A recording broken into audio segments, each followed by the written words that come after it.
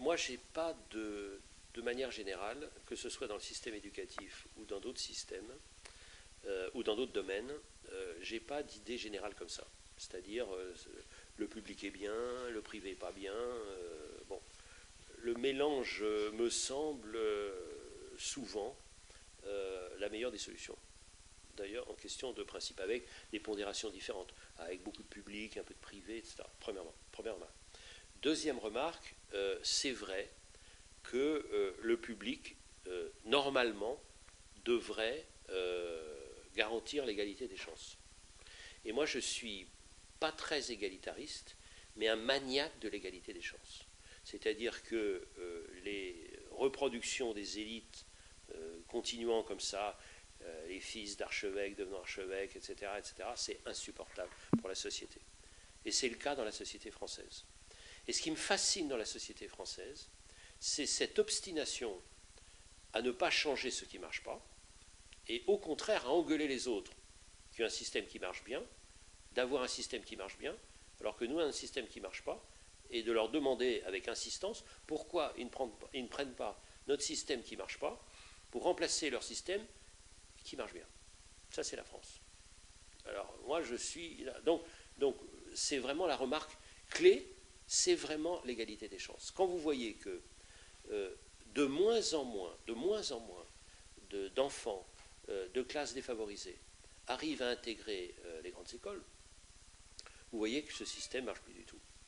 Et donc il faut trouver des passerelles, il faut trouver des ouvertures, il faut trouver une manière de relancer les universités. Ça, c'est une première remarque. Donc l'égalité des chances, première remarque. Une obligation pour une société, parce qu'on se prive, pour deux raisons. On se prive d'énormes talents. C'est pas parce qu'on est fils de classe favorisée qu'on est un imbécile. Enfin, il y en a d'autres qui sont aussi formidables et qui ont eu plus de difficultés pour arriver. Donc ça, c'est ça. Et deuxièmement, si vous n'avez pas une ouverture, mais qu'est-ce que c'est que cette société où dès votre naissance, vous avez 9 chances sur 10 de ne pas arriver à quelque chose de correct.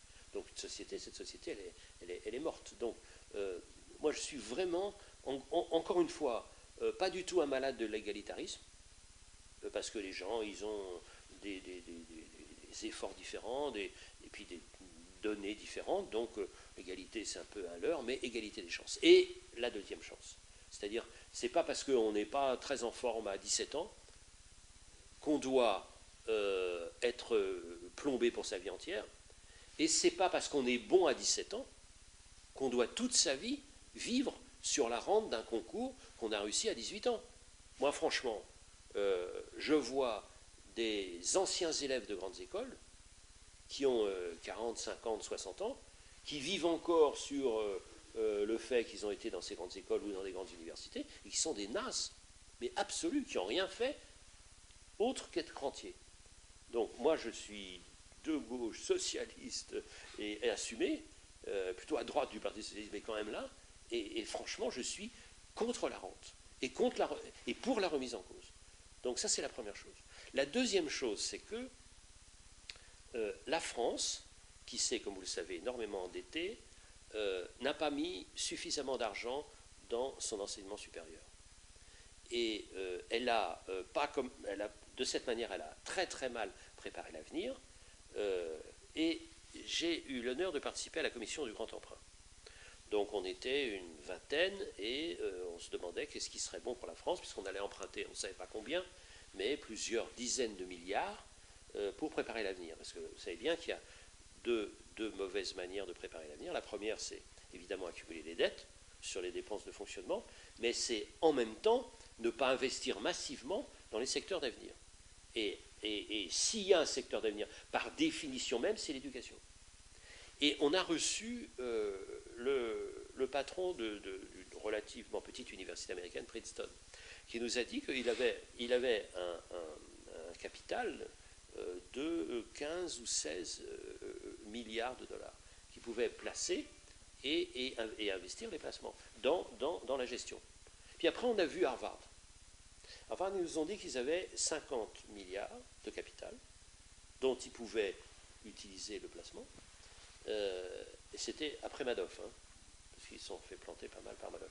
Et donc, ils avaient ça, mais surtout qu'ils avaient chaque année 650 millions de dollars, 650 millions de dollars qui étaient donnés à l'université de Harvard par les alumni, les anciens élèves de Harvard, pour remercier leur université, leur alma mater, de l'éducation qu'ils avaient reçue.